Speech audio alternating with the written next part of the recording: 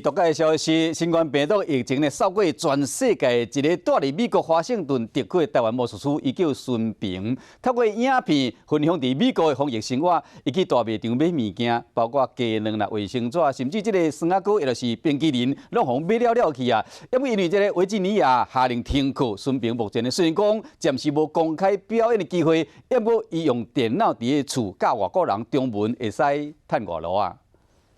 在美国外出，记得带钞票；采买物资之余，要记得再戴上口罩。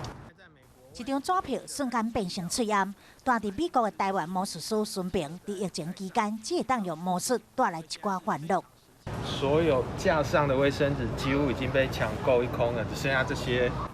伊住伫维吉尼亚州，下令除了上班、买菜、看医生，其他的时间拢袂使外出。真无简单，出门来到大卖场要采购，看这架顶拢有人买了了。冰淇淋几乎被抢购一空了。这个当踮伫厝内，伊的工作机会嘛减少一大半，搁稍有意外得到另外一份替代收入。大华府地区的侨民们开始推广中文线上教学，教导对中文有兴趣的美国孩子们。